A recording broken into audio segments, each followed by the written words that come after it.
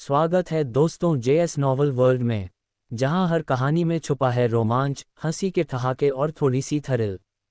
तो तैयार हो जाए, क्योंकि अब शुरू होने वाला है एक नया किस्सा जो आपको ले जाएगा हंसी और रोमांच से भरी इस दुनिया में। 15 कोस शक्ति। अतुल्या की आंखें फैल गईं, अत्यधिक भय से सिकुड़ गईं, उसका मन भन-भना रहा था, कुछ हद तक स्तब्ध थी। उसका पूरा शरीर हिल नहीं पा रहा था, एक अदृश्य बल ने उसे कसकर बांध रखा था, वह करवट भी नहीं बदल सकती थी। यह उसकी दिव्य यात्रा शक्ति के साधना क्षेत्र का पूर्ण दमन था। उसने क्रोध में चिल्लाया, दुष्ट, मुझे छोड़ दो। तुम्हारा भाई भी उस समय यही कह रहा था। अतुल्या, जो कल तक अपना गुस्सा दबाए थी, यह नहीं समझ पाई कि वीर भी चुप बैठने वालों में से नहीं था। उसे अभी भी इतना अभिमानी देखकर वीर ने उसे फिर से 1 दर्जन जोरदार थप्पड़ मारे। अगर किसी वस्तु नियंत्रक बल ने उसे दूसरी तरफ पकड़े न रखा होता तो उन 1 दर्जन थप्पड़ों की शक्ति जमीन को तोड़ने के लिए काफ़ी होती। निश्चित रूप से अतुल्या दिव्य यात्रा शक्ति के स्तर पर होने के कारण इसे सह सकती थी, लेकिन यह इतना दर्दनाक था कि उसने अपने होंठ काट लिए और उसकी आंखें लाल हो गईं। तुम मुझे छोड़ो। उसने पूरी ताकत से संघर्ष किया, उसकी दिव्य आत्मा बाहर निकलने की कोशिश कर रही थी वीर से छुटकारा पाने के लिए, लेकिन वीर की दिव्य आत्मा ने उसे वापस उसके शरीर में दबा दिया, पूरी तरह से नियंत्रित कर लिया। अभी भी नहीं मानी, तुम दुष्ट। वीर ने थप्पड़ों की एक और श्रृंखला जारी कर दी।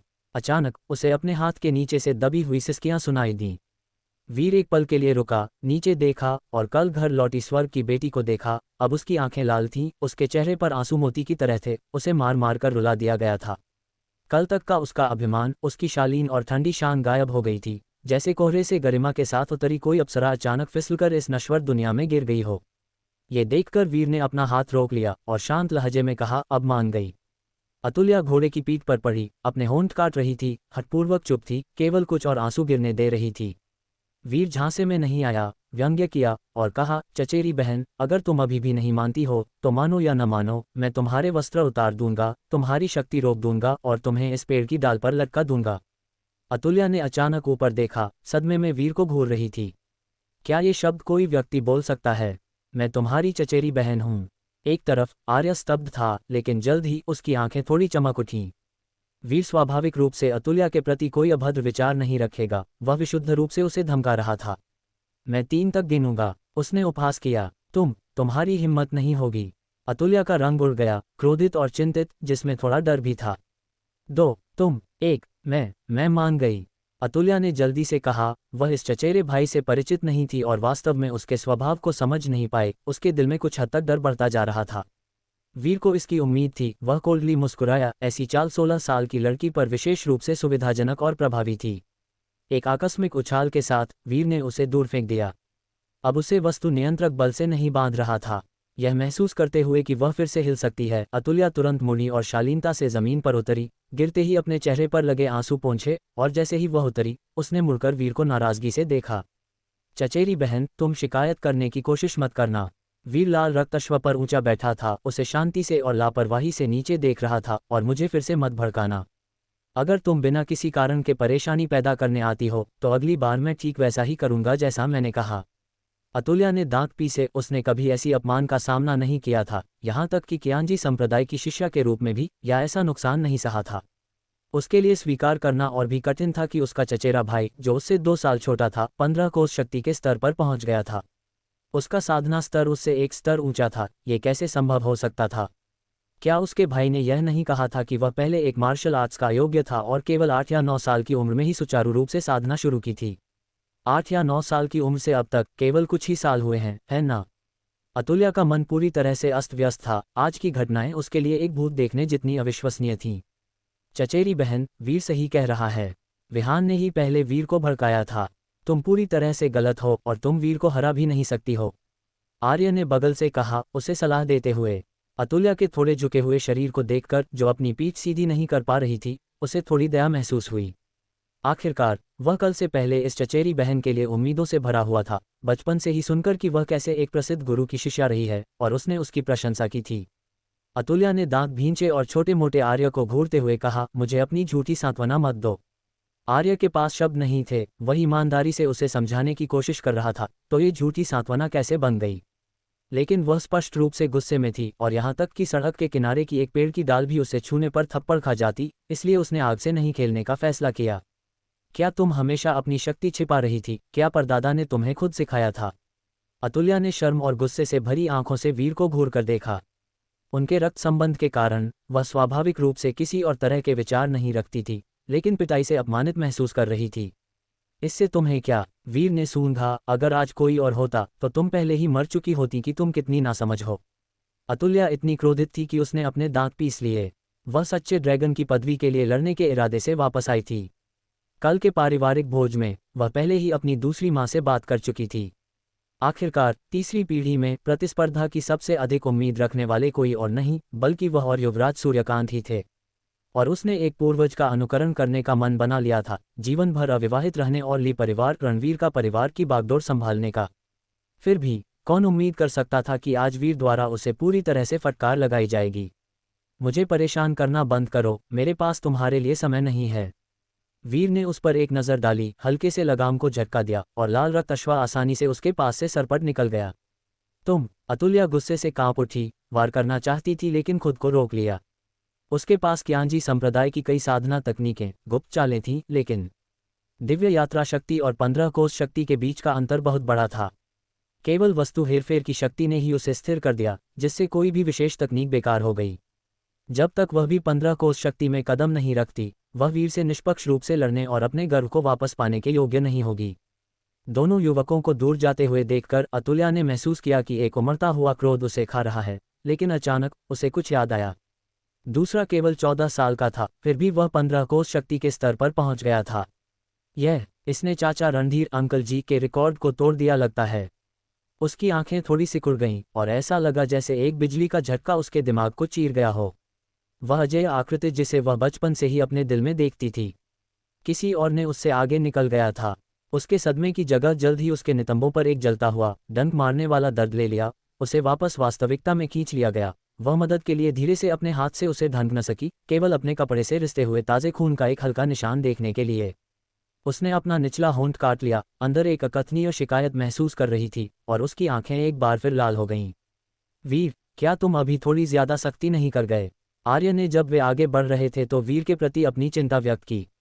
उसकी आंखें छोटी थीं, लेकिन जब वे पास से गुजरे थे तो उसने हल्के लालिमा की एक झलक पकड़ी थी। बस एक मामूली चोट है, कुछ दिनों में दवा से ठीक हो जाएगी, वीर ने उदासीनता से जवाब दिया। अगर मैं उस पर सख्त था तो यह उसके अपने भले के लिए था। क्या तुमने कल रात के पारिवारिक भोज में उसका स्वभाव नहीं देखा? जल्दी प्रसिद्धि हमेशा एक आशीर्वाद नहीं होती है। चापलूसी से घिरे होने पर एक सूअर भी उड़ने लगता है, पूरी तरह से अपनी खामियों से अनजान हो जाता है। हालांकि उसने क्यांजी संप्रदाय से कौशल सीखा है, उसकी बहुत लंबे समय से प्रशंसा की गई है। इस तरह के व्यवहार को तब ठीक करना बेहतर है जब वह अभी भी युवा है, अन्यथा अगर वह इसी तरह जारी रखती है तो उसे बाहरी दुनिया में जल्द या बाद में बहुत नुकसान उठाना पड़ेगा। आर्य दंग रह गया, उसने वीर जितना आगे नहीं सोचा था। हालांकि विचार करने पर उसने महसूस किया कि वीर वास्तव में सही था। वह वीर की और भी अधिक प्रशंसा किए बिना नहीं रह सका। वीर, मैंने देखा है कि जब तुम बोलते और कार्य करते हो तो तुम हमेशा मेरे माता पिता की पीढ़ी के पक्ष में खड़े होते हो, आर्य ने कहा। वीर ने उस पर एक नज़र डाली। उसकी आत्मा 2 जन्मों के व्यक्ति की थी और उसकी आंतरिक आयु वास्तव में उसके चाचा युवान अंकल वो की पीढ़ी से मेल खाती थी, इसलिए उसका कठोर दृष्टिकोण कुछ हद तक एक बुजुर्ग के छोटे को शिक्षित करने के तरीके जैसा था। शुरुआत से अंत तक उसने कभी भी इन 3 पीढ़ियों को अपने साथी के रूप में नहीं माना। यह अहंकार नहीं था, बल्कि केवल मन की स्थिति का मामला था। जब वीर और आर्य कला केसरी अकादमी के लिए निकल पड़े तो सेनापति का गढ़ अचानक गतिविधियों से गुलजार हो गया।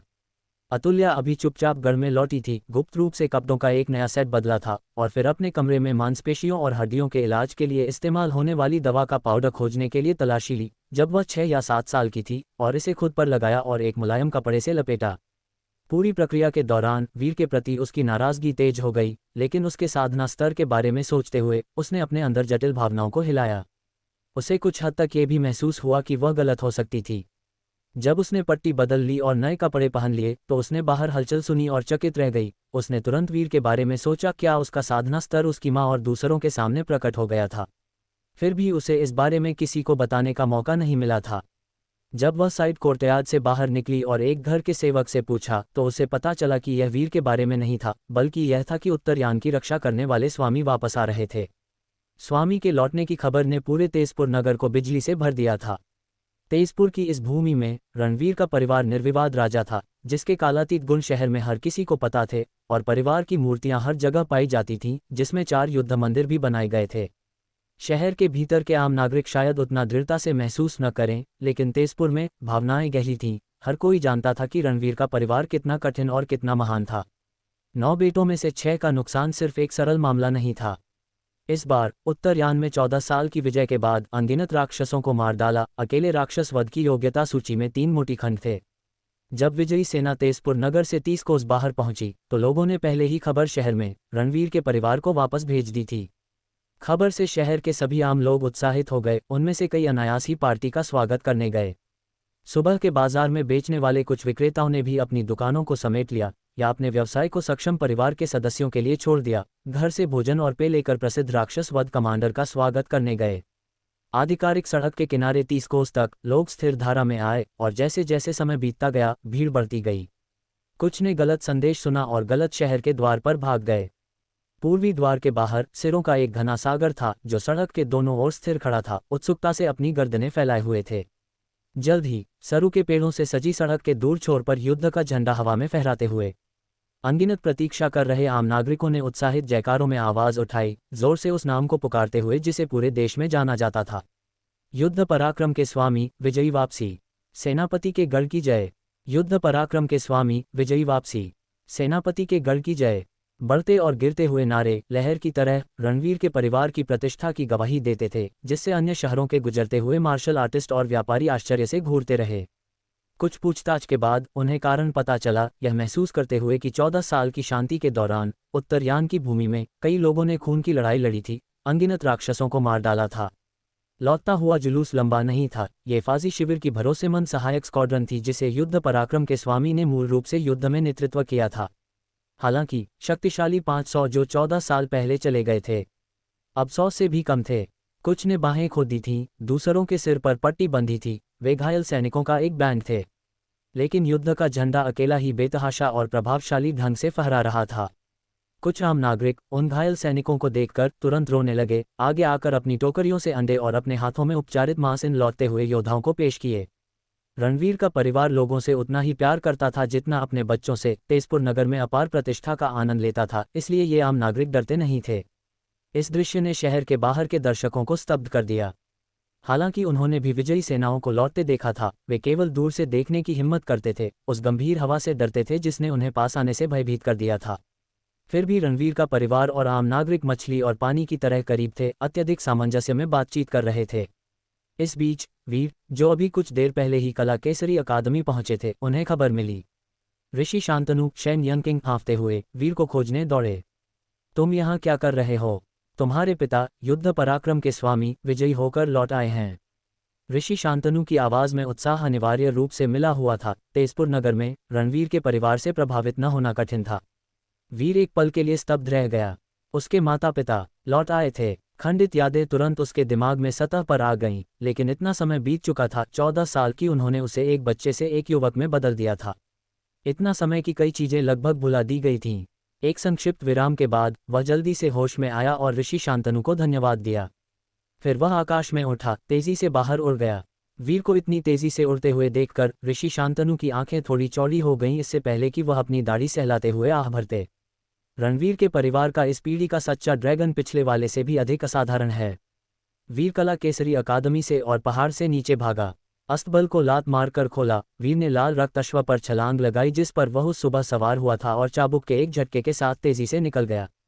शहर के भीतर की सड़कों पर खुरों की तेज आवाज गूंज उठी, क्योंकि युवक तेजी से सरपट दौड़ा। राहगीरों ने तेजी से रास्ता बनाया। एक बार जब उन्होंने लाल रक्त अश्व को देखा तो कुछ चौंक गए। राहगीरों ने राहत का भाव प्रकट किया। आखिरकार जब वीर लाल रक्त अश्व पर पूरी गति से शहर के बाहर की आधिकारिक सड़क पर पहुंचा, तो उसने सड़क के अंत में बैनर लहराते हुए और एक राजसी आकृति को एक ड्रैगन शेर पर धीरे धीरे सामने आते हुए देखा। उसने जल्दी से अपने घोड़े को रोका। घोड़े ने एक लंबी हिनहिनाहट निकाली और उसके खुर हल्के से जमीन को छूते हुए उतरे। एक ड्रैगन और एक घोड़ा, एक पिता और एक पुत्र। उस पल उनकी निगाहें मिलीं। लाल रक्त अश्व रणवीर ली टियन गैंग ड्रैगन शेर की पीठ पर एक गंभीर संयम के साथ बैठा था। उसकी दृष्टि रेखा के अंत में आधिकारिक सड़क के बीच में युवक को देखकर उसने तुरंत उस युद्ध अश्व को पहचान लिया जिस पर दूसरा सवारी कर रहा था। और लड़के के नैन नक्शों को देखकर उसे आश्चर्यजनक रूप से सुंदर और उज्ज्वल पाया, खासकर उसकी आंखों और भान के चारों ओर जो उसके दिल में खुदी हुई प्रेमिका से मिलते जुलते थे। रणवीर का दिल उछल पड़ा। वीर भी मजबूत और शांत आदमी को घूर रहा था। उसकी याद में धुंधली छवियां अचानक साफ होती दिखीं, वह आदमी जो 14 साल पहले अपने खुरदुरे बड़े हाथ से उसके सिर को सहलाता था। 14 साल हो गए थे, फिर भी निगाहों के उस संक्षिप्त टकराव में उन्होंने पलक झपकते ही एक दूसरे की पहचान कर ली थी। हर्ष। रणवीर अचानक ड्रैगन शेर के ऊपर से हवा में उछल गया, युवक के लाल रक्त अश्व के सामने उतर गया। युवक भी तेजी से घोड़े से उतरा, अपने पिता से अभी भी घोड़े पर बैठे हुए बात न करना सामान्य ज्ञान था। वीर। रणवीर की आवाज़ थोड़ी कांप गई। वीर ने उसकी आवाज़ में चिंता और गहरी भावनाएं महसूस की, और जो अजनबीपन उसने शुरू में महसूस किया था वह एक पल में दूर हो गया। शायद ये खून के रिश्ते का एहसास था। पिताजी। वीर भी बोला, उसकी आवाज़ थोड़ी कठोर और शर्मिंदा थी, लेकिन वह जानता था कि उसके सामने वाला आदमी इस जीवन में उसका पिता था। रणवीर ने उत्साह में वीर को अपनी बाहों में ले लिया। 14 साल से एक दूसरे को नहीं देखा था और अब उसका बच्चा इतना बड़ा हो गया था। उसकी भावनाएं उमड़ पड़ीं। उस चौड़ी गले और मजबूत बाहों में वीर ने तुरंत सुरक्षा की एक वास्तविक भावना महसूस की।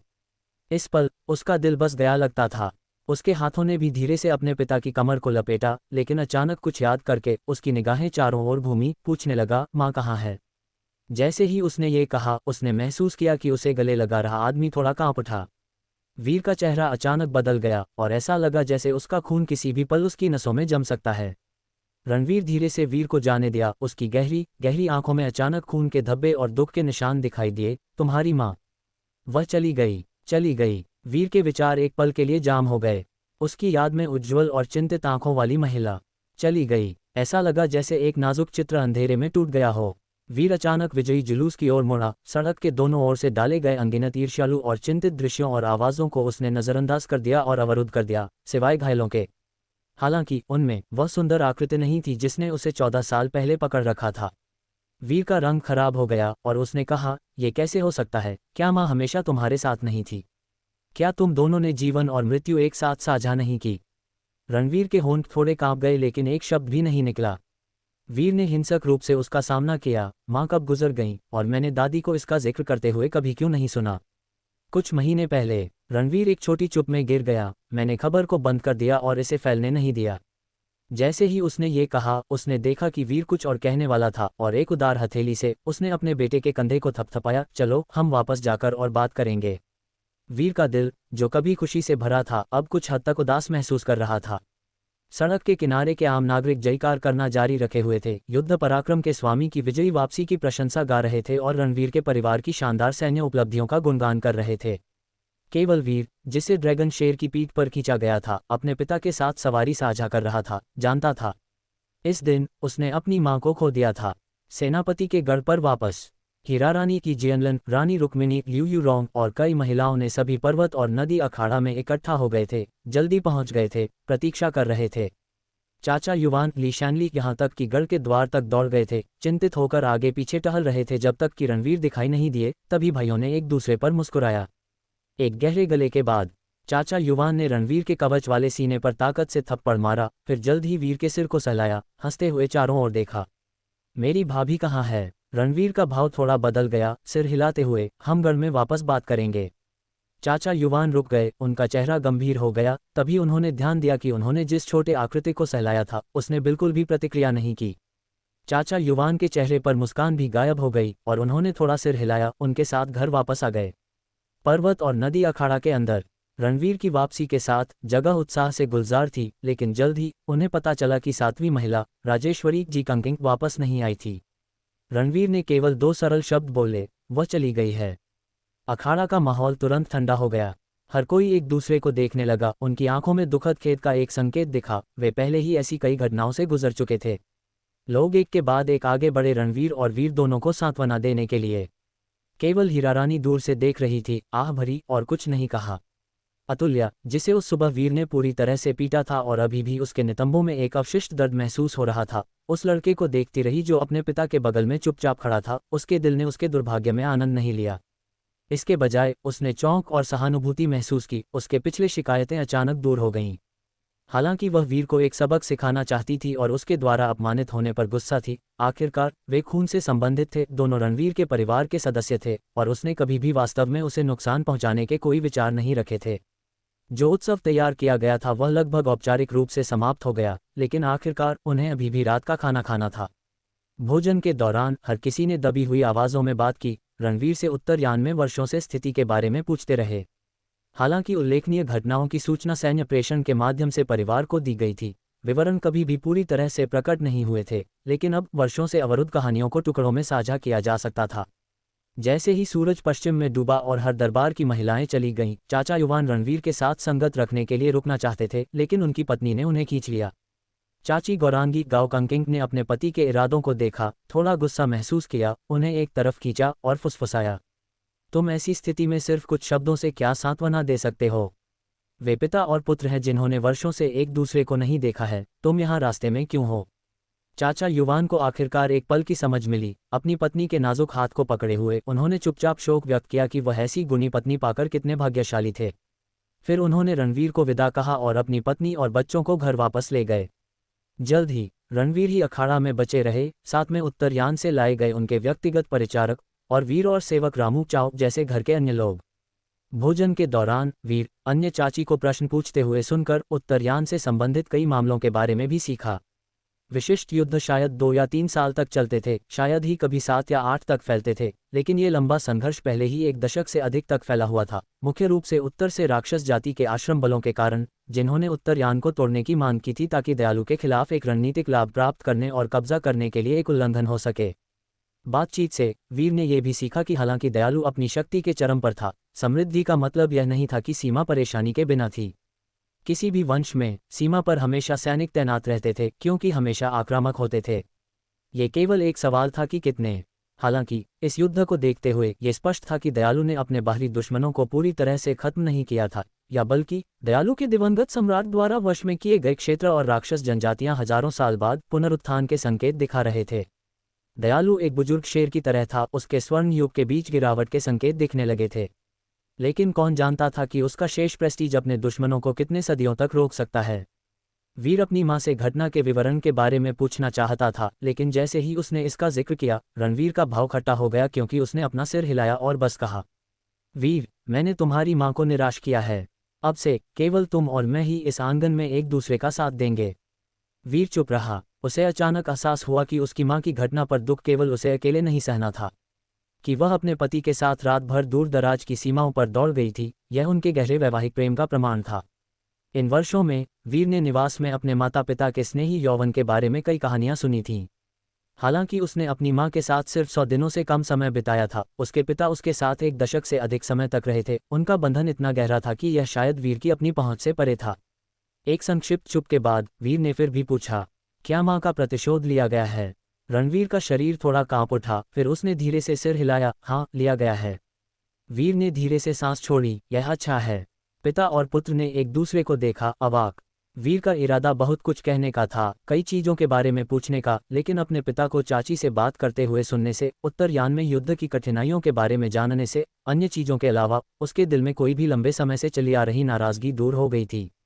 अब पल भर के लिए वह कहने के लिए कुछ और नहीं सोच सकता था। ऐसा लगता है कि प्राचीन काल से चुप अक्सर पिता और पुत्र के बीच डिफॉल्ट रही है। इस चुप में ये रणवीर ही था जिसने पहले इसे तोड़ा, धीरे से बोलते हुए, वीर, इन वर्षों में मैं तुम्हारे बगल में नहीं रहा हूं, तुमने एक कठिन समय बिताया है। वीर ने थोड़ा सिर हिलाया, मुस्कुराते हुए, बिल्कुल नहीं। मेरे साथ सेवक रामू था, दूसरे चाचा ने मुझे मछली पकड़ना सिखाया, 5वें चाचा ने मेरे साथ शतरंज खेला और दादी ने मेरे साथ अच्छा व्यवहार किया। 9वीं चाची भी कभी कभी शाही घर से स्वादिष्ट नाश्ता मेरे लिए लाती थीं। वह अपने पिता को वर्षों से मनोरंजक घटनाओं को सुनाने लगा, लेकिन वीर ने जिस पर ध्यान नहीं दिया वह ये था कि रणवीर शुरू में मुस्कुराए, जैसे ही वह सुनता गया उसकी भान धीरे धीरे तन गई। क्या इसका मतलब यह है कि तुम्हारे नाड़ियों के अवरुद्ध होने के बाद तुमने ज्यादा अभ्यास नहीं किया? रणवीर ने गंभीरता से पूछा। वीर चकित रह गया, अपना सिर खुजलाते हुए, मैंने साधना की, बस उसके बारे में कहने के लिए कुछ दिलचस्प नहीं है। रणवीर ने उसे एक नज़र दी और अंदर ही अंदर आह भरी। देर हो रही है, तुम्हें वापस जाकर कुछ आराम करना चाहिए। अपने पिता के चेहरे पर थकान का भाव देखकर और उत्तरयान से लंबी यात्रा के बारे में सोचते हुए वीर ने ज्यादा कुछ नहीं कहा, सिर हिलाया और जाने के लिए उठ गया। वीर के चले जाने के बाद रणवीर ने सेवक रामू को बुलाया। सेवक काका, लीफू कहाँ है? सेवक काका चंद्रपुर नगर कैंग्यू सिटी में है। युवा स्वामी को कला केसरी अकादमी में दाखिल किया गया था और सेवक काका वहां एक मिशन पर गए थे और गुप्त रूप से उनकी रक्षा की थी। दुर्भाग्य से वह घायल हो गए और वहां ठीक हो रहे हैं। उन्होंने पहले ही एक पत्र भेजा है जिसमें कहा गया है कि वह वापस आ रहे हैं। सेवक रामू ने प्रतिष्ठित योद्धा को एक सम्मानजनक मुस्कान के साथ जवाब दिया जिसे उन्होंने बढ़ते हुए देखा था। रणवीर का भाव बदल गया। घायल? क्या वीर को हत्या के प्रयास का सामना करना पड़ा? नहीं, उन्होंने मुझे केवल युवा स्वामी की अच्छी तरह से देखभाल करने के लिए कहा और उल्लेख किया कि उनकी वापसी पर महान खबर साझा करने तारांकन के लिए तारांकन होगी। सेवक रामू ने कहा। महान खबर? रणवीर चकरा गया। घायल होने के बावजूद अच्छी खबर कैसे हो सकती है? उसने एक पल के लिए सोचा। चंद्रपुर नगर जी राज्य जिया परिवार के अधिकार क्षेत्र में था, न तो बहुत दूर और न ही बहुत करीब। एक तेज घोड़े पर कोई शायद 2 दिनों में निवास पर वापस आ सकता है। रामू, मुझे इन वर्षों में वीर की स्थिति के बारे में बताओ, रणवीर ने अनुरोध किया, उसके बगल में गद्दे की ओर इशारा करते हुए। सेवक रामू एक पल के लिए चकित रह गया, फिर बैठ गया और मुस्कुराते हुए कहा, मेरे स्वामी, युवा स्वामी से सीधे क्यों नहीं पूछते? इतने सालों के बाद आपको चर्चा करने के लिए बहुत कुछ होना चाहिए। क्या यह इन चीज़ों के बारे में बात करने का अच्छा अवसर नहीं है? रणवीर ने थोड़ा सिर हिलाया और आह भरी। मैंने ध्यान दिया कि वीर का तरीका आकस्मिक है और उसका आचरण कभी कभी संयम की कमी रखता है। ऐसा लगता है कि उसने इन वर्षों में कुछ मार्गदर्शन याद किया है, थोड़ा जंगली हो गया है। ये बेहतर है कि तुम मुझे बताओ। मेरे स्वामी, आप बहुत कठोर हो रहे हैं। हालांकि युवा स्वामी थोड़ा लापरवाह है, वह निस्संदेह एक अच्छा बच्चा है।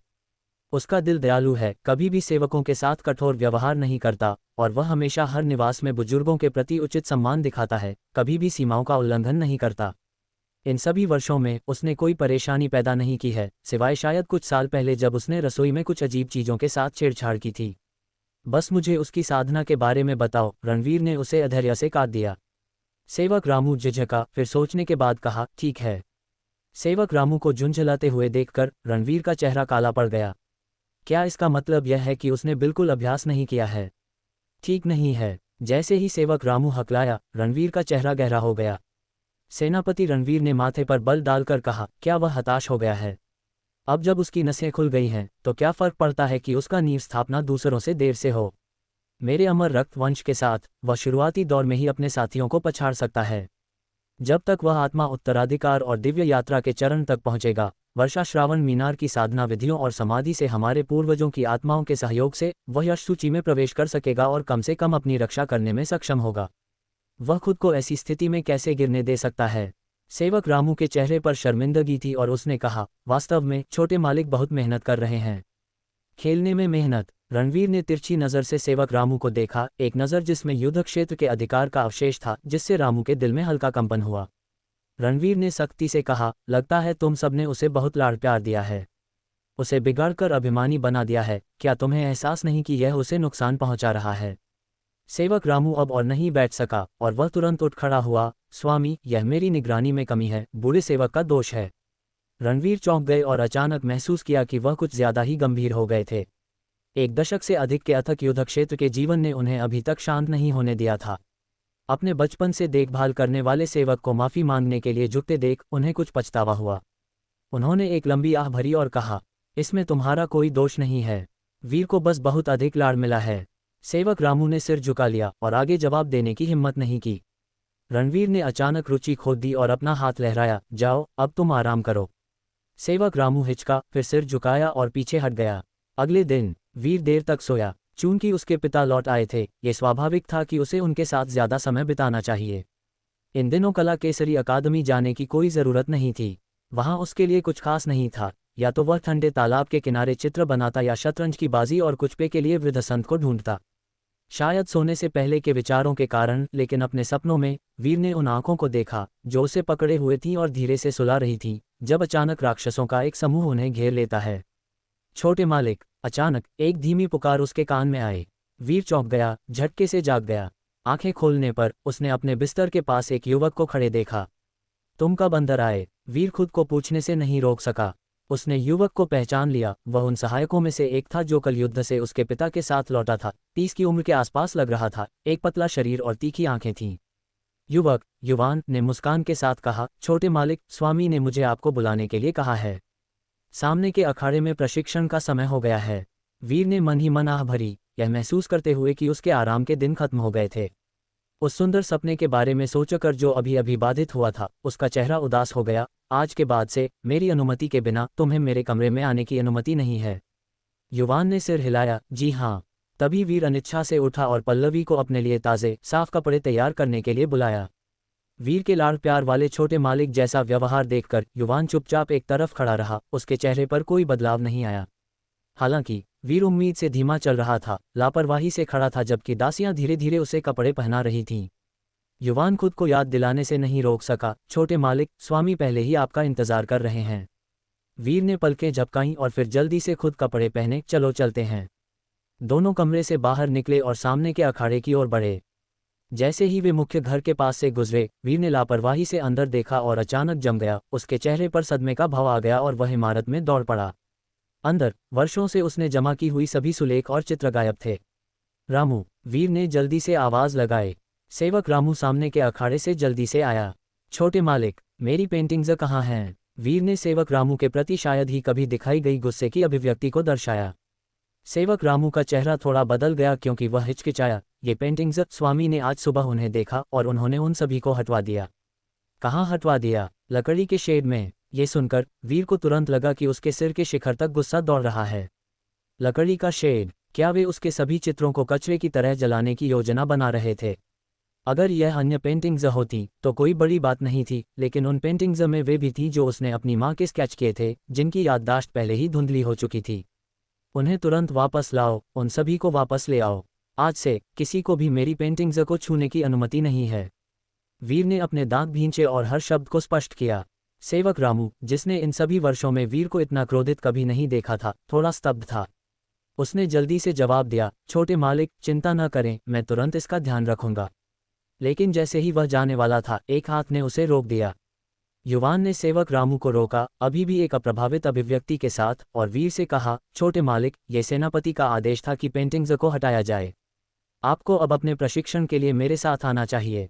वीर पहले ही अनुमान लगा चुका था कि उसके पिता के अलावा, जो बस एक दिन पहले ही लौटे थे, कोई और उसकी पेंटिंग्स को छूने की हिम्मत नहीं करेगा। फिर भी ये पुष्टि सुनकर एक भयंकर क्रोध उसके भीतर उबल पड़ा, अनियंत्रित। मेरे रास्ते से हट जाओ। वीर ने उसे गुस्से से घूरा। युवान ने शांत भाव से वीर को देखा, उसकी बाँह विचलित थी। सेना में वह केवल रणवीर के आदेशों का पालन करता था। पर्वत और नदी अखाड़ा में भी यही था, क्योंकि वह रणवीर इस जगह का असली स्वामी था। वीर की मुट्ठियां भींच गईं, उसकी निगाह उस पर टिकी। मैंने एक बार कहा, दूर हो जाओ। तुम किसे दूर होने के लिए कह रहे हो? अचानक बगल से एक आवाज आई, जैसे रणवीर पास आ रहे थे। उनका चेहरा कुछ उदास था।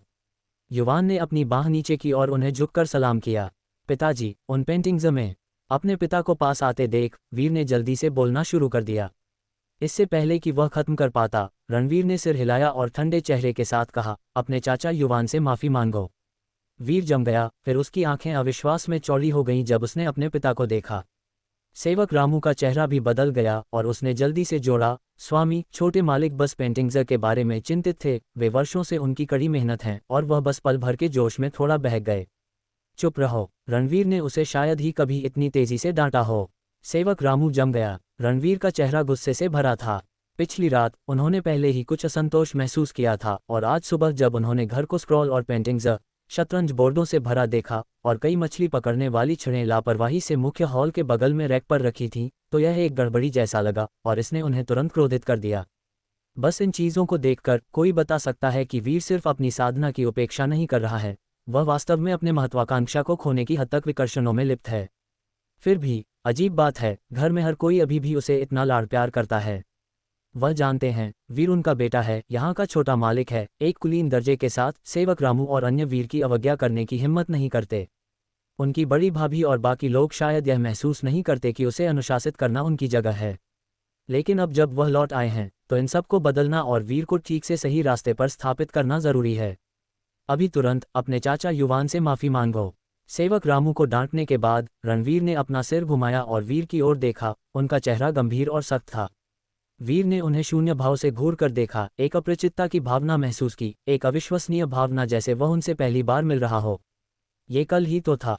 अचानक उसने अपने दिल में मनोरंजन का एक निशान महसूस किया। हाँ, कल ही तो था कि वे बस मिले थे, लेकिन वह वास्तव में अपने इस पिता के बारे में कितना जानता था, और वास्तव में ये पिता उसके बारे में कितना जानता था। उसने अपने सामने वाले आदमी को घूर कर देखा और कहा, क्या इसलिए कि आप सोचते हैं कि मैं साधना नहीं करता? क्या होगा अगर मैं आपको बताऊं कि मैं अभ्यास करता हूं और मेरी साधना का स्तर काफी ऊंचा है? रणवीर की आंखों में कोई बदलाव नहीं दिखा, क्योंकि उन्होंने गंभीरता से और ठंडेपन से जवाब दिया, मुझे परवाह नहीं है कि तुम कितने सक्षम हो, चाचा युवान इन वर्षों में मेरे साथ जीवन और मृत्यु के माध्यम से रहे हैं। क्या तुम जानते हो कि उन्होंने कितने राक्षसों का वध किया है, कितने लोगों को बचाया है? वह दिव्य मनुष्य स्तर में है, वह एक महान गुरु हैं। रणवीर ने स्पष्ट किया, एक महान गुरु का अपमान नहीं किया जाना चाहिए, भले ही तुम मेरे बेटे हो, आज तुम्हें माफी मांगनी होगी। ये सुनकर वीर खुद को हंसने से नहीं रोक सका, केवल उसे लगा कि उसकी मुस्कान अविश्वसनीय रूप से दुखद थी। एक महान गुरु का अपमान नहीं किया जाना चाहिए, तो क्या आप जानते हैं कि मेरे उन चित्रों में क्या है? इससे पहले कि वह बोल पाता, एक आकृति अचानक अखाड़े में दौड़ पड़ी। रणवीर और वीर को देखकर उसने उत्साह से चिल्लाया, मेरे मालिक, छोटे मालिक। दोनों ने अपना सिर घुमाया और जो दौड़कर आया था वह सेवक काका था। उसका चेहरा उत्साह और उत्तेजना से भरा था। सेवक काका चंद्रपुर नगर से जल्दी वापस आया था। जैसे ही वह तेजपुर नगर के बाहर दर्जनों मील की आधिकारिक सड़क पर पहुंचा, उसने सड़क किनारे एक चाय की दुकान पर यात्रियों को चर्चा करते हुए सुना कि ली परिवार के स्वामी लौट आए हैं। खबर सुनकर ओवरजॉयड सेवक काका तुरंत पूरी गति से वापस आ गया। सेवक काका को देखकर रणवीर की अभिव्यक्ति थोड़ी नर्म हुई, लेकिन फिर उन्होंने देखा कि दूसरा पक्ष सीधे इस तरह से अंदर घुस रहा है, इतनी लापरवाही से व्यवहार कर रहा है। ऐसा व्यवहार उस शांत और सावधानीपूर्ण तरीके जैसा नहीं था जो वह उनके पीछे चलते समय प्रदर्शित करता था। कई वर्षों तक उसे न देखने के बाद वह भी इतना अनुशासनहीन था। वीर, ये देखकर कि यह सेवक काका था, अभिव्यक्ति में कोई महत्वपूर्ण बदलाव नहीं दिखाया, क्योंकि वे केवल थोड़े समय के लिए अलग हुए थे। कुछ वर्षों के बाद क्या तुमने भी अनुशासन की सारी भावना खो दी है? रणवीर ने हल्के से माथे पर बल डालकर कहा। सेवक काका चौंक गया, फिर जल्दी से अपनी गलती महसूस की और जल्दी से अपना सम्मान दिया। फिर उसने वीर पर एक नज़र डाली, उसके चेहरे पर खुशी को छिपाया नहीं जा सका, और कहा, मेरे मालिक, मैंने आपको एक पत्र भेजा था, क्या आपको मिला? एक पत्र? रणवीर ने कहा, क्या इसे उत्तरीयान भेजा गया था? इसे कब भेजा गया था? मुझे नहीं मिला। सेवक काका को अचानक एहसास हुआ कि जब तक उसने पत्र भेजा था तब तक उसके मालिक ने घर की यात्रा शुरू कर दी होगी। अपने ठीक होने के दौरान उसने चंद्रपुर नगर की लड़ाई के बारे में पूछताछ की थी और विवरण समझने के बाद इस पर विश्वास करना मुश्किल लगा। बाद में उसने नगर रक्षक अश्वराज से पुष्टि मांगी और उनसे सत्यापित होने पर खुद को सच्चाई के बारे में आश्वस्त किया। मामले के बारे में जानने पर उसने पहले घर पर एक पत्र नहीं भेजा, बल्कि उत्तरीयान को भेजा। आखिरकार ऐसी चौंकाने वाली और विस्मयकारी अच्छी खबर स्वाभाविक रूप से पहले वीर के माता पिता को सूचित की जानी थी, क्योंकि वे सबसे भरोसेमंद थे। जहां तक परिवार के घर संदेश भेजने की बात है, वह द्वितीयक था। उसने वापस आकर दूसरे चाचा को खुद बताने की योजना बनाई और यह भी पूछताछ की कि क्या वे पहले से ही वीर की परिस्थितियों के बारे में जानते थे। कोई बात नहीं अगर आपको नहीं मिला, चूंकि आप वापस आ गए हैं मेरे मालिक, मैं आपको व्यक्तिगत रूप से उसी तरह बता सकता हूँ, सेवक काका ने एक चमकती मुस्कान के साथ कहा। वीर की ओर देखते हुए उसकी आवाज में उत्तेजना का हल्का कंपन प्रकट हुआ। छोटे मालिक 15 कोस शक्ति तक पहुंच गए हैं। जैसे ही सेवक काका बोलकर खत्म हुआ, अखाड़े पर एक खामोशी छा गई। सेवक रामू की आंखें झुर्रियों से भरी हुई धीरे धीरे अविश्वास में चौड़ी हो गईं जब उसने सेवक काका को देखा और फिर वीर को देखने के लिए मुड़ा। वीर 15 कोस शक्ति। रणवीर और उनके बगल में युवान स्तब्ध थे, उनके चेहरों पर आश्चर्य दिख रहा था। रणवीर सेवक काका को इतना उत्साहित देखकर जानता था कि सेवक काका के सावधान स्वभाव को देखते हुए वह कभी भी आधारहीन दावे नहीं करेगा, लेकिन खबर उनके लिए बहुत रोमांचक और चौंकाने वाली थी। वास्तव में वीर ने अपनी नींव स्थापना नहीं की है, न ही रक्त विलन किया है ना? रणवीर खुद को उत्साहित होकर कहने से नहीं रोक सके। सेवक काका ने जोर से सिर हिलाया, खुशी से कहा, यह सच है, बिल्कुल सच। मुझे भी कारण नहीं पता, केवल वीर ही जानता है। मेरा अनुमान है कि दूसरे चाचा ने चुपके से उसकी मदद की। दूसरे चाचा? रणवीर का दिल जोर से हिल गया। दूसरे चाचा चतुष्स्तंभ स्तर पर थे और उस स्तर में एक शक्ति थी जिसने अनगिनत मार्शल कलाकारों को ईर्ष्या से हरा कर दिया था। वह स्वर्ग को चुनौती देना और भाग्य बदलना था। वे एक व्यक्ति की मदद कर सकते थे, उनके भाग्य को बदल सकते थे, भले ही वह स्वाभाविक रूप से अप्रतिभाशाली भिखारी हो। उनके भाग्य को उल्टा जा सकता था, उन्हें अद्वितीय प्रतिभाओं में बदल दिया जा सकता था, लोगों के बीच अजगर और फीनिक्स। इसलिए एक चतुष्स्तंभ स्तर के सदस्य वाले परिवार, भले ही वह एक पीढ़ी के लिए गिर जाए, फिर भी खुद को वापस खींच सकता था। बेशक निरंतर गिरावट संभव नहीं होगी, क्योंकि चतुष्स्तंभ स्तर की भाग्य बदलने वाली शक्ति का उपयोग केवल एक बार केवल एक व्यक्ति के लिए किया जा सकता था। ये सोचते हुए रणवीर ने गहरा धन्यवाद महसूस किया। उनकी आंखें लाल हो गईं। उनके बेटे, जिसमें न तो योग्यता थी और न ही क्षमता, दूसरे चाचा से इतना स्नेह कैसे प्राप्त कर पाया। अच्छा अच्छा, यह अद्भुत है। रणवीर ने लगातार 3 बार अच्छा कहा। उनकी आवाज़ कांप रही थी जब तक उन्होंने इसे नियंत्रित नहीं किया। एक गहरी सांस ली और अपने सामने वाले युवक को धीरे से देखा। इतनी बड़ी खबर के साथ तुमने मुझे पहले क्यों नहीं बताया? वीर, उनका उत्साह देखकर अपने दिल में शायद ही कोई लहर महसूस की, केवल एक हल्की हलचल। मैं आपको कल बताना चाहता था, लेकिन आपने मुझे जल्दी आराम करने के लिए कहा और रोक दिया। रणवीर को अचानक पिछली रात की बातचीत याद आई और वह खुद को खोया हुआ महसूस करने लगे। जब उन्होंने वीर को तुच्छ मामलों के बारे में बात करते सुना जो विषय से हटकर थे, तो वह सुनने में सक्षम नहीं थे और वीर को आराम करने के लिए कहा। ठीक है, चलो अतीत पर ध्यान न दें। रणवीर ने मुस्कान के साथ कहा, तुम 15 कोस शक्ति तक कब पहुंचे? तुमने इन सभी वर्षों में मुझे क्यों नहीं लिखा? क्या दूसरे चाचा ने तुम्हें इसके बारे में बोलने से मना किया था? वीर ने जवाब में पूछा, अगर मैंने आपको बताया भी होता तो आप क्या कर सकते थे? क्या आप वापस आ सकते थे? रणवीर थोड़ा रुके, युवक की शांत काली आंखों में देखते हुए, और अचानक ऐसा लगा जैसे उनके दिल को चुभ गया हो। लेकिन फिर गुस्से की एक लहर उमड़ पड़ी। कम से कम तुम्हारी माँ और मैं तुम्हारे लिए खुश होते। हम तुम्हारी चाची से तुम्हें सिखाने के लिए एक महान गुरु ढूंढने के लिए कहते। वीर ने कहा, एक महान गुरु? क्या दूसरे चाचा द्वारा सिखाया जाना पर्याप्त नहीं है? क्या आप अभी भी मेरे साधना के स्तर से संतुष्ट नहीं हैं? रणवीर चौंक गए, निरुत्तर हो गए। वास्तव में चतुष्स्तंभ स्तर पर दूसरे चाचा भी एक महान गुरु के बराबर थे। लेकिन ली परिवार के वंशजों के लिए एक महान गुरु को शिक्षक के रूप में लेना, ये सिर्फ सीखने के लिए नहीं था, ये हर पीढ़ी के लिए संपर्कों का संचय भी था। उस तरह जब पुरानी पीढ़ी चली जाती है तो वे एहसान अगली पीढ़ी के लिए बहुत उपयोगी नहीं हो सकते हैं। पीढ़ी दर पीढ़ी एक सहस्राब्दी की विरासत, संपर्क महान नींवों में से एक हैं। इन संपर्कों की रोजमर्रा के आधार पर जरूरत नहीं हो सकती है, लेकिन महत्वपूर्ण क्षणों में वे एक जबरदस्त मदद हो सकते हैं। तुम इसे बहुत हल्के में ले रहे हो। रणवीर ने सिर हिलाया, यह महसूस करते हुए कि वीर अभी भी बोला है और उससे आगे बहस नहीं की। अपने दिल में वीर ने पलटवार किया, तुम हो जो भोले हो। सेवक काका, इस पिता और बेटे को देखते हुए ये भी देखा कि कुछ गड़बड़ है। ऐसा क्यों लग रहा था कि स्वामी और छोटे मालिक के बीच अलगाव और एक अंतर की भावना थी। तुम केवल 14 साल के हो और 15 कोस शक्ति में कदम रख चुके हो, जो अत्यंत दुर्लभ है। इस रिकॉर्ड ने तुम्हारे नवम चाचा को भी पीछे छोड़ दिया है। जब रणवीर ने वीर के साधना के स्तर के बारे में सोचा तो उनका मूड उज्ज्वल हो गया और उन्होंने मुस्कान के साथ वीर से कहा, अब जब मैं वापस आ गया हूं तो दूसरे चाचा के लिए तुम्हें और छिपाने का कोई कारण नहीं है। सेवक रामू, जाओ और तुरंत अपनी चाची को सूचित करो। पूरे महल को पता चलने दो और पूरी दुनिया को बताओ, सेनापति रणवीर का बेटा एक अद्वितीय प्रतिभाशाली है। मैं चाहता हूं कि हर कोई जाने कि मेरे बेटे की प्रतिभा 1000 वर्षों में पहली है। वह असीम गर्व के साथ बोले, जैसे एक बोझ व्यक्त कर रहे हों जो कई वर्षों से उनके दिल में जमा हो गया था। उनका चेहरा मुस्कान से चमक रहा था। सेवक रामू इस समय उत्साह से अभिभूत थे, उनके होंठ हल्के से कांप रहे थे। इन वर्षों में उन्होंने वीर की परिपक्वता और चालाकी, उसकी स्मार्ट प्रतिभाओं को देखा था और अक्सर खुद को गुप्त रूप से रोने और दिल टूटने से नहीं रोक सके, भाग्य के अन्याय पर विलाप करते हुए, ये सोचते हुए कि क्यों उसने वीर से साधना प्रतिभा का सबसे योग्य उपहार रोक दिया। ये सोचने के लिए कि अब यह अंतिम कमी भी पूर्णता तक लाई गई थी। वीर प्रतिभा और बुद्धिमत्ता दोनों में बेजोड़ है। उस विचार के साथ सेवक रामू का पूरा शरीर कांप गया और उसने तुरंत उत्साहित होकर सहमति व्यक्त की, अपनी आंखों के कोनों से टपके पुराने आंसू पोंछते हुए। मैं अभी जाता हूँ, सेवक रामू। लेकिन वीर ने उसे रोका, कहा, पहले किसी को मेरे सभी चित्रों को लकड़ी के शेड से बाहर निकलवाओ। सेवक रामू चौंक गया लेकिन जल्दी से सिर हिलाया, जी हाँ। रणवीर वास्तविकता में लौट आए, माथे पर बल डालकर, जैसे उन्होंने हाल की घटनाओं के बारे में सोचा।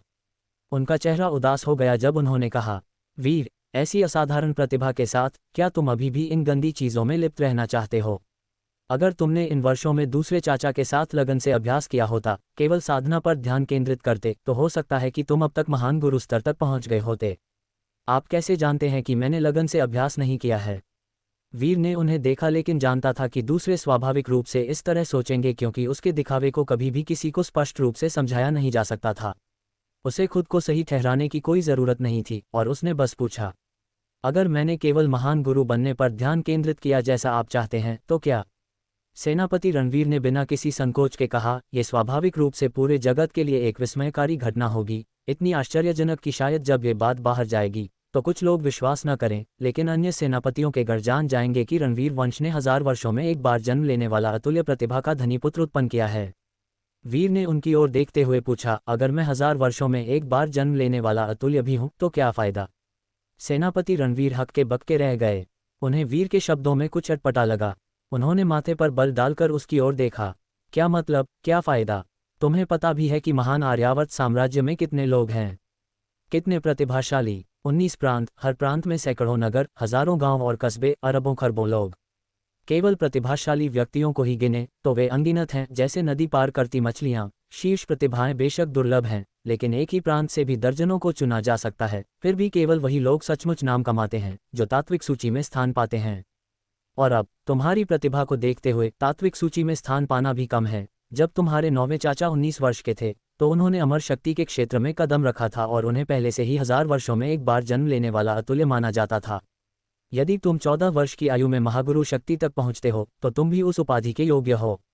जैसे जैसे कोई शक्ति के स्तर में आगे बढ़ता है यह उतना ही कठिन होता जाता है, ठीक वैसे ही जैसे उनके 9वें भाई ने 17 वर्ष की आयु में महागुरु शक्ति में प्रवेश किया था और एक समय में पूरे जगत में प्रसिद्ध थे, लेकिन 19 वर्ष की आयु में अमर शक्ति तक पहुंचने वाले के झटके की तुलना में यह अब भी कुछ कम है।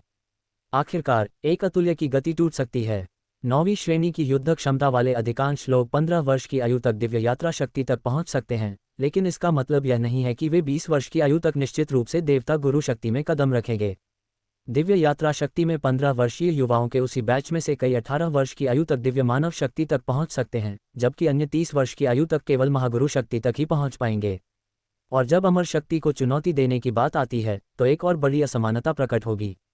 वीर वह सब जानता था जिसके बारे में सेनापति रणवीर बात कर रहे थे। उसने दूसरी ओर देखा, लेकिन महसूस किया कि बातचीत को आगे बढ़ाने की कोई ज़रूरत नहीं है। उसने बस सेवक रामू की ओर मुड़कर कहा, मुझे तुम्हें कष्ट देना होगा रामू काका। यह कोई कष्ट नहीं है, सेवक रामू ने तुरंत जवाब दिया।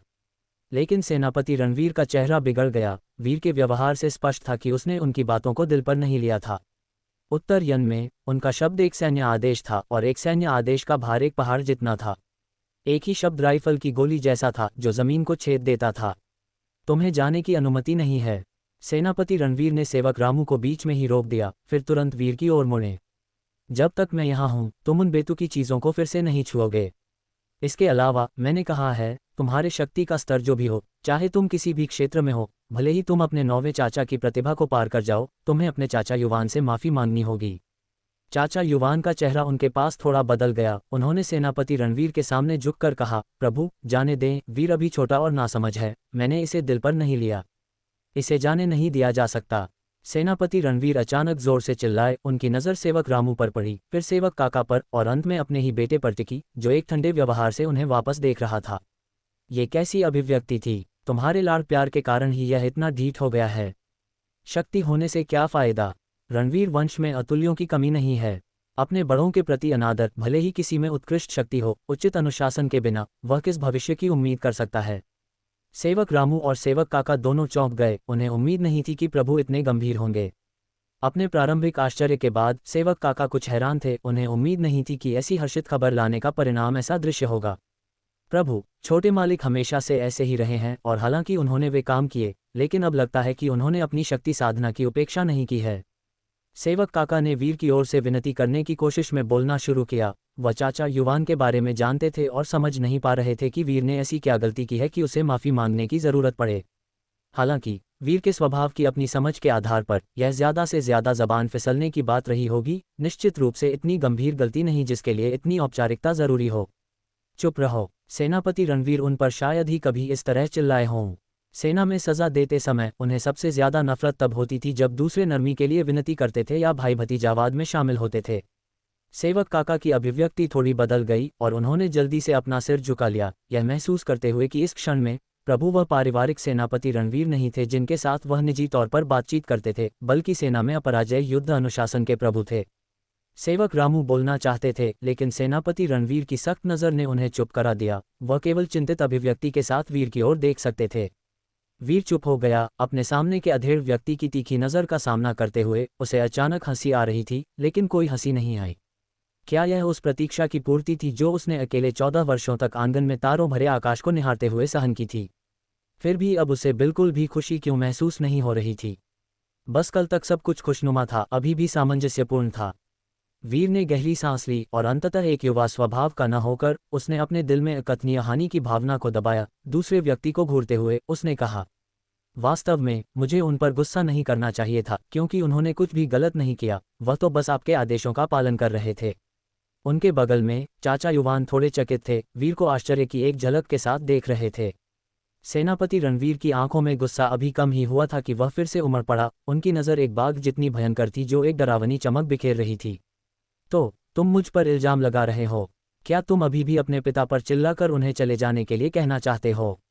जैसे ही उन्होंने बात की, उन्हें लगा कि उनके अपने ही गुस्से ने उनका मजाक उड़ाया है। पूरी तरह से मनमाना। वीर की मुट्ठियां थोड़ी कस गईं, लेकिन फिर ढीली हो गईं। वह अचानक मुड़ना चाहता था। उसकी नज़र अनायास ही किसी और चीज़ पर पड़ी, जो आंगन की सीढ़ियों के बगल में उगी हुई खरपतवार पर टिकी। उसे अचानक महसूस हुआ कि वह खरपतवार के उस झुरमुट जैसा कितना है। उसने गहरी सांस ली और धीरे धीरे बाहर निकाली। एक आत्मा उपहास भरी, बेपरवाह मुस्कान उसके होठों के किनारे पर मुड़ी। क्या आपने कभी मेरी चित्रकलाएं देखी हैं? आपने निश्चित रूप से नहीं देखी होंगी, है ना? आपने कहा कि मेरी माँ चली गईं, लेकिन वास्तव में मुझे भी मुश्किल से ही याद है, इसलिए जब तक मुझे याद था मैंने उनका चित्र बना लिया था। युवक की आवाज़ साफ गूंजी, जिससे वहां मौजूद सभी लोगों की अभिव्यक्तियां बदल गईं। सेनापति रणवीर अचानक जम गए, उनका पूरा शरीर कांप रहा था। वे चित्रकलाएं, क्या वे राजेश्वरी की थीं? स्वाभाविक रूप से वह उन फटी पुरानी पांडुलिपियों को खोलने की जहमत नहीं उठाएंगे, लेकिन उन्होंने इसकी उम्मीद नहीं की थी। हालांकि जब तक मैंने चित्र बनाना सीखा, मैं पहले ही भूल चुका था कि मेरी माँ कैसी दिखती थीं। मुझे केवल उनकी आंखें याद थीं। वीर की नज़र हवा में फहराती खरपतवार पर टिकी थी, लेकिन उसकी दृष्टि कहीं और थी। उसके विचार मानो दूर भटक रहे थे। वह स्वयं से बड़बड़ाया, तो मैंने बस उनका धुंधला चित्र बनाया। मैं मूल रूप से माँ के लौटने का इंतजार करना चाहता था, ताकि उनका ठीक से चित्र बना सकूं, लेकिन माँ, वह चली गईं। युवक की आवाज़ ने दूसरों को मौन में डुबो दिया। सेनापति रणवीर की सांसें थोड़ी भारी हो गईं, उनकी आस्तीन में छिपी हथेली अनैच्छिक रूप से कस गई।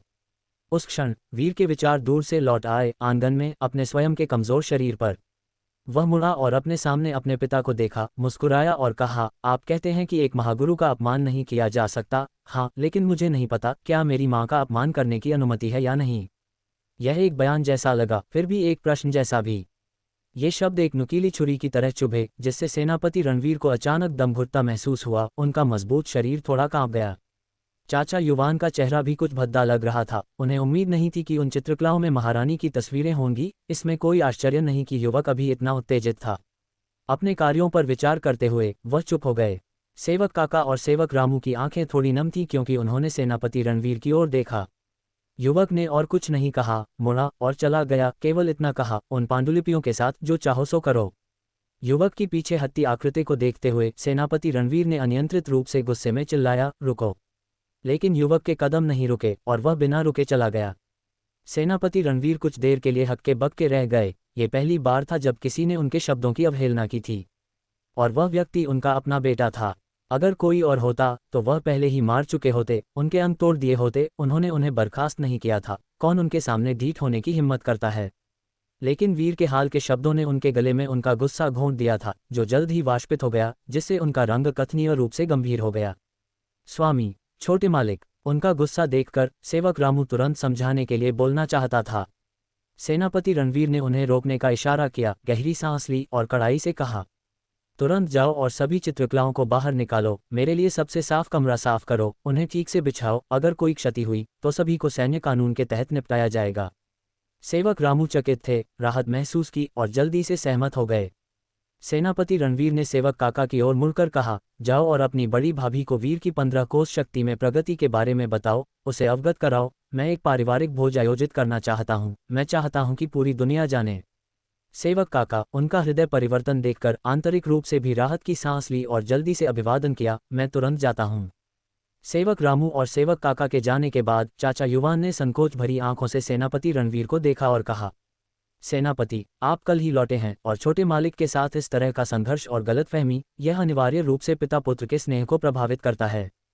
क्या आपको नहीं लगता कि आपको जाकर छोटे मालिक को दिलासा देना चाहिए? सेनापति रणवीर ने उस दिशा में देखा जहां वीर चला गया था और महसूस किया कि उनका अपना रवैया अभी थोड़ा ज्यादा जोरदार था।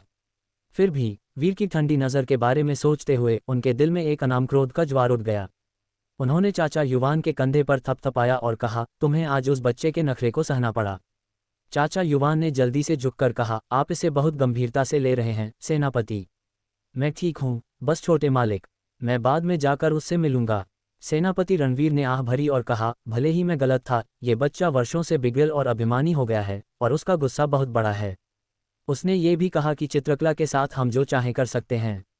चूंकि चित्रकला राजेश्वरी उसकी माँ की है, क्या वह वास्तव में इतनी छोटी सी बात पर उसे छोड़ देगा? उसे सच में एक थप्पड़ की जरूरत है। चाचा युवान ने थोड़ा मुंह खोला, बोलना चाहते थे लेकिन हिचकिचाए, यह नहीं जानते हुए कि कैसे समझाएं। आखिरकार वह भी ऐसे मामलों के बारे में अनजान थे, युद्ध के मैदान से एक अनाथ होने के कारण और कड़े नियमों को देखते हुए उन्हें ज्यादा कुछ कहना सही नहीं था।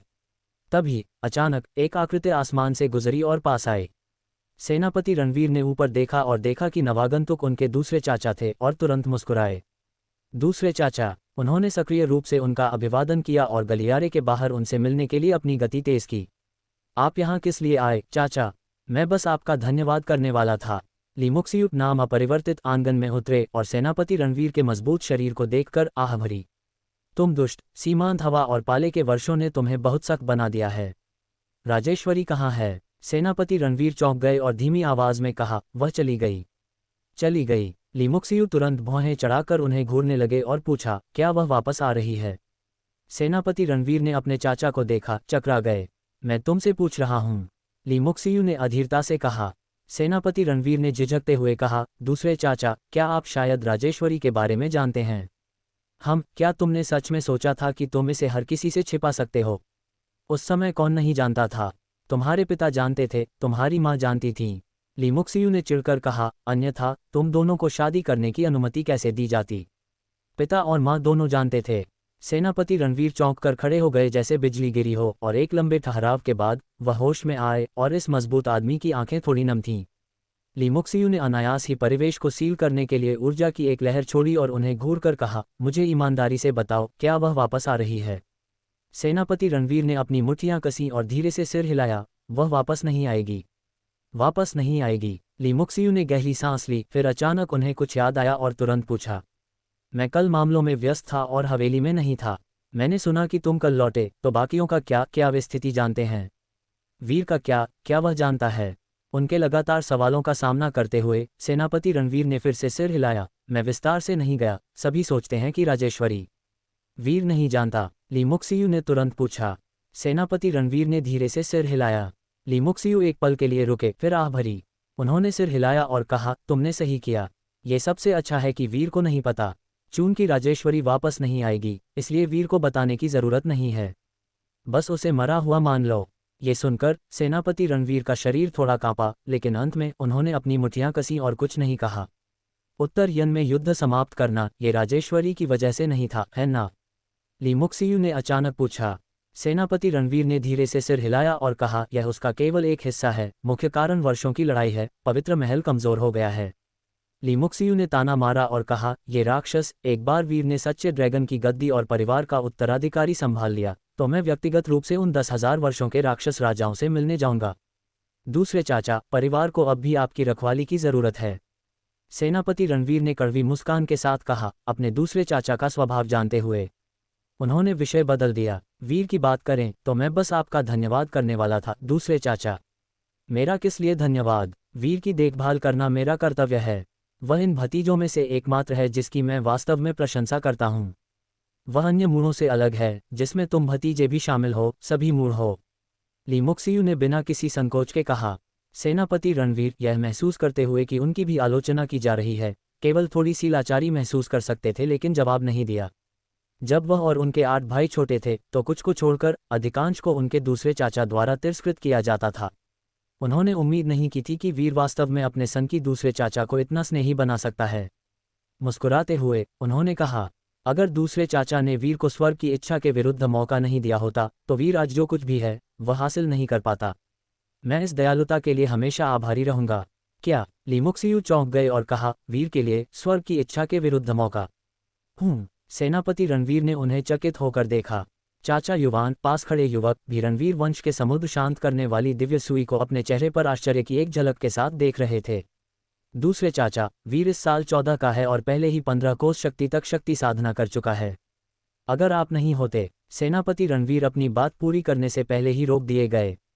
तुम गलत समझ रहे होगे। ली मुक्सियू को अचानक महसूस हुआ कि दूसरा क्या सोच रहा था और वह चिढ़कर कहे बिना नहीं रह सके। मैं निश्चित रूप से वीर को स्वर्ग की इच्छा के विरुद्ध मौका देना चाहता था जितना मैं उसे पसंद करता हूं, लेकिन मेरा मौका बहुत पहले किसी और पर इस्तेमाल हो चुका था। मेरे पास एक और अवसर कैसे हो सकता था? इसके अलावा वीर की प्रतिभा अद्वितीय है, असाधारण है, तुम्हारे 9वें भाई से भी ज्यादा। उसे स्वर्ग की इच्छा के विरुद्ध मौके की जरूरत क्यों होगी? यह उसकी मदद करने के बजाय उसे बर्बाद करने की ज्यादा संभावना है। सेनापति रणवीर, जिन्होंने कई लड़ाइयों का सामना किया था, ने आश्चर्य का एक दुर्लभ रूप दिखाया। दूसरे चाचा नहीं, वीर ने अपनी प्रतिभा से ही इस हद तक शक्ति साधना की। चाचा युवान भी चौंक गए, बूढ़े स्वामी को सदमे में देख रहे थे।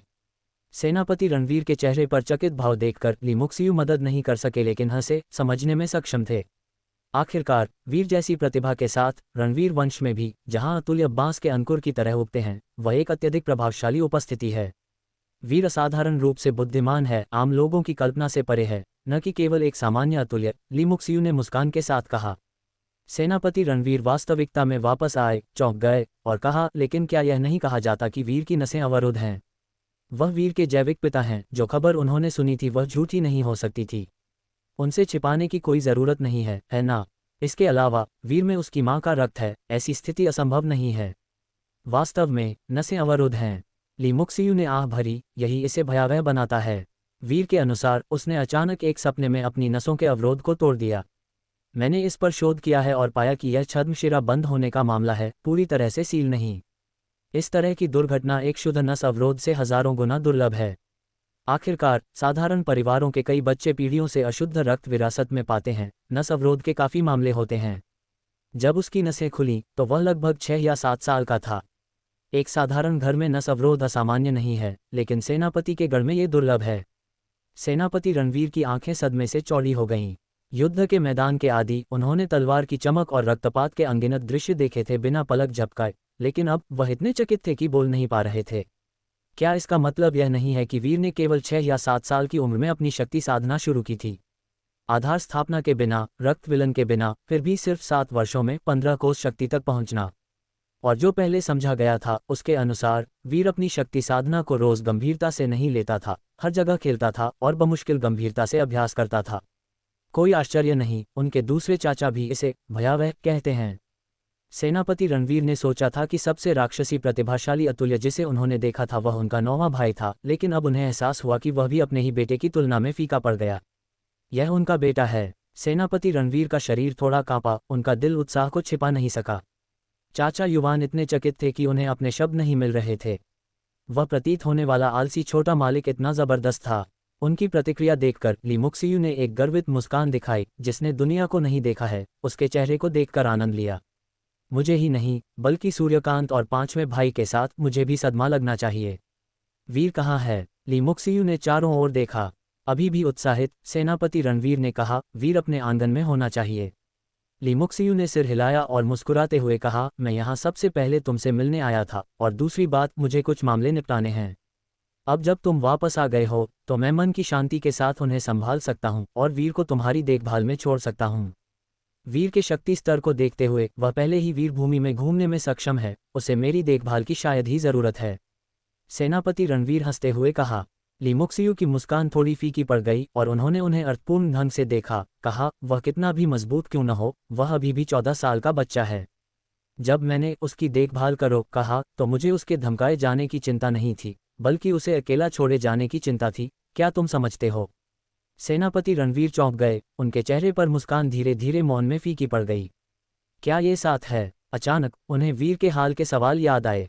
अगर मैं अब तुम्हारी इच्छा के अनुसार करता हूँ, महागुरु की उपाधि के लिए एकाग्रता से लक्ष्य बनाता हूँ, तो क्या होगा? अगर मैं 1000 वर्षों में एक बार जन्म लेने वाला अतुल्य बनूं, तो क्या होगा? सेनापति रणवीर मदद नहीं कर सके, लेकिन गहरी सांस ली, उनकी अभिव्यक्ति बदल गई। जाहिर तौर पर बच्चा जो कहना चाहता था वह ये था कि अगर उसने इतना अच्छा प्रदर्शन किया तो उसे उनसे क्या मिलेगा? अपने माता पिता से प्रशंसा या उनका साथ?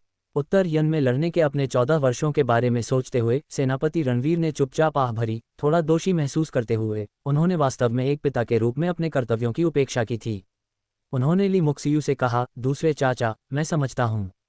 मैं वीर की अच्छी देखभाल करूंगा और अनुपस्थिति के वर्षों की भरपाई करूंगा। ली मुक्सियू का चेहरा मुस्कान से दमक उठा। ठीक है, मैं और नहीं कहूंगा। मैं वीर पर एक नज़र डालने जा रहा हूं, फिर मैं चल दूंगा। दूसरे चाचा, क्या मैं पूछ सकता हूं कि आप कौन सा मामला संभालने जा रहे हैं? सेनापति रणवीर ने जल्दी से पूछा। एक पुराने दोस्त से मिलना, बारिश के मामले पर चर्चा करना, ली मुक्सियू ने मुस्कान के साथ कहा, फिर अपना हाथ हिलाया और उदासीनता के साथ जाने के लिए मुड़ गए। वीर अपने आंगन में लौट आया।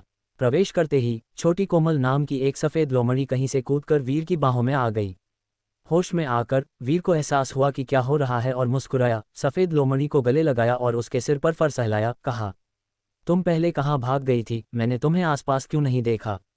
सफ़ेद लोमड़ी ने याचना भरी नज़र से उसे देखा, बोल नहीं पाई, बस अपना सिर वीर के आलिंगन में दबा लिया।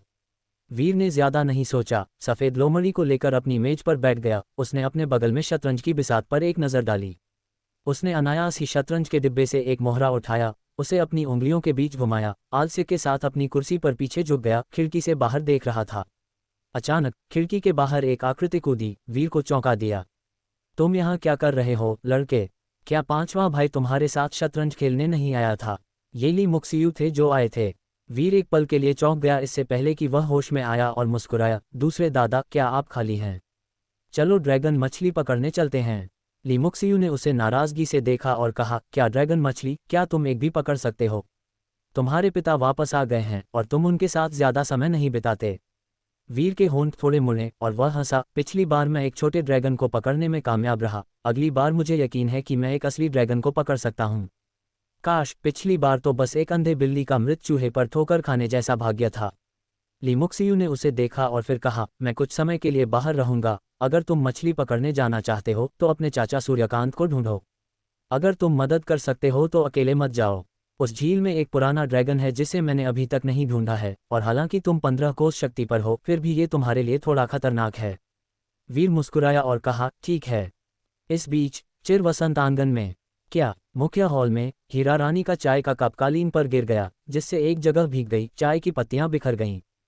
तो दोस्तों, ये था आज का सफ़र जेएस नॉवल वर्ल्ड के साथ, जहां हर कहानी में होता है ट्विस्ट और थोड़ी सी मस्ती। अगर आपको मज़ा आया तो लाइक, शेयर और सब्सक्राइब करना मत भूलिएगा। मिलते हैं अगले एपिसोड में, तब तक बने रहिए जेएस नॉवल वर्ल्ड की अद्भुत दुनिया के साथ।